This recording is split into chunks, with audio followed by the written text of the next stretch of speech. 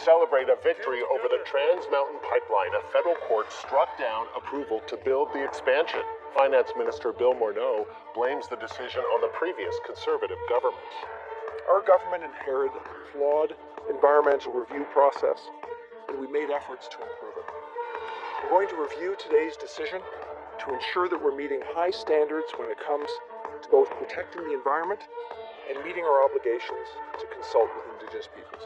The Federal Court of Appeal has dealt a blow to the federal government, siding with Indigenous and environmental groups who oppose the $7.4 billion expansion project. But despite the outcome, Finance Minister Bill Morneau says the investment makes economic sense for Canadians. The courts asked us to respond promptly and in a meaningful way to today's decision and has given us some good directions on next steps. As a government, we take our responsibilities seriously. While we want to make sure that the project proceeds, we also want to make sure it moves ahead in the right way. Today, Kinder Morgan shareholders also voted to endorse our government's purchase of the Trans Mountain Pipeline expansion and its related assets. Our next step is to close on the acquisition of the project, and we expect that will happen as early as tomorrow. So a clear message from the Trudeau government pushing ahead with the project review. The CBC's JP Tasker is following the latest developments from Ottawa. So JP, let's break down the decision. What exactly did the court rule?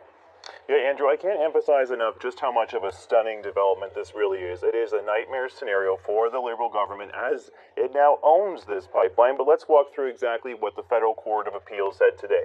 Justice Eleanor Dawson gave down her ruling today, and she really picked apart the government's approval of the project in two areas. In the first one, they said that the NEB, the National Energy Board, the energy regulator in this country, simply did not do enough on the environmental front, did not do its homework in actually crafting the assessment it produced when it gave Cabinet its decision to approve this project. And really what it took issue with, what the federal court took issue with today was the NEB's decision not to review at all the marine considerations in all this. The sea, the impact that actually twinning and expanding this massive pipeline project could have on tanker traffic in the Burrard Inlet, in the lower mainland of British Columbia. That was not even remotely part of their environmental assessment process. So that was a problem for the court. On the second front, it said the federal cabinet, the federal government did not do enough to ensure that its bodies, the federal government, the federal bodies that are in charge of doing this sort of thing, did not consult enough with Indigenous peoples. They didn't meaningfully consult with Indigenous peoples, did not get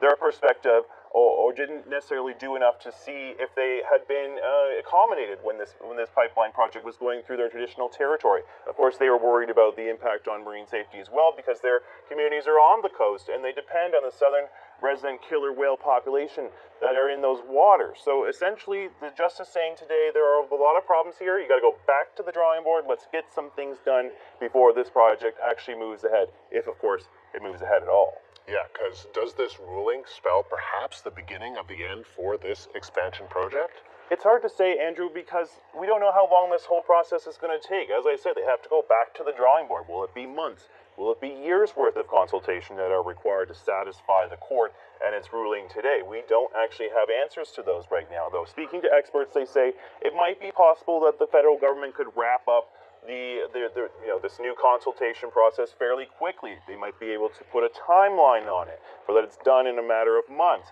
That's hopeful. That's a hopeful outlook for how this whole thing will unfold. Of course, the federal government has a lot riding on this project. They spent a lot of political capital trying to get it built.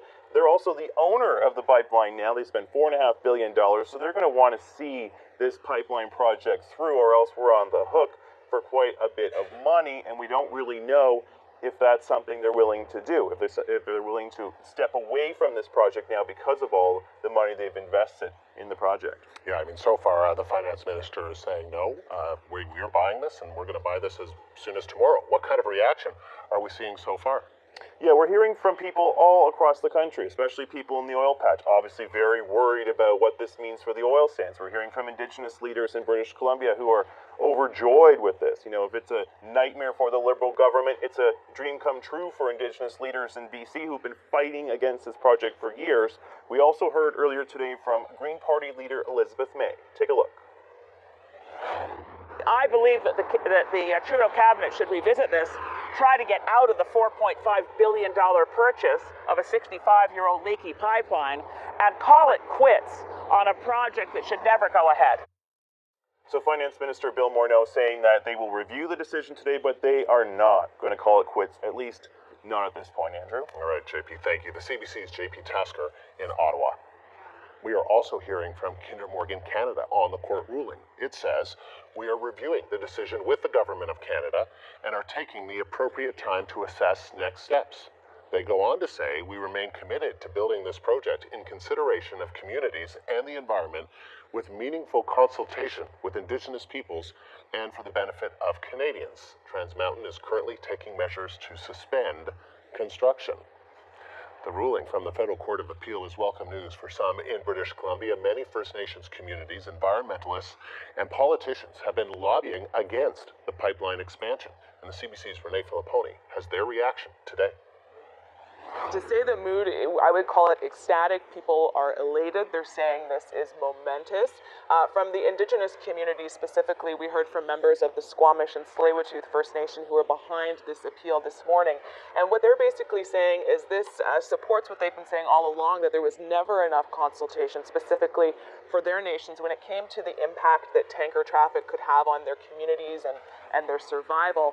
And this basically just shows that the Trudeau government, in their mind, isn't really putting enough emphasis on reconciliation if they're not doing the work that they need to do when it comes to consultation with First Nations. Now, a lot of emotional words from the community members there reacting to this because they were very surprised. You know, that one leader said this has sort of restored his faith in the judicial system, and that this really is, from their perspective, a fight for their generation. Have a listen, for the future generations. Have a listen to what they had to say at the press conference.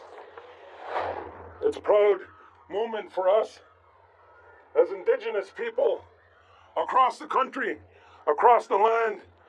Little nations came together and created victory. And this is a victory for all of us. So basically what the court has ordered is that they would have to redo phase 3 consultation, and according to the leaders who are part of this battle, this basically means going back to square one, and it will be a hard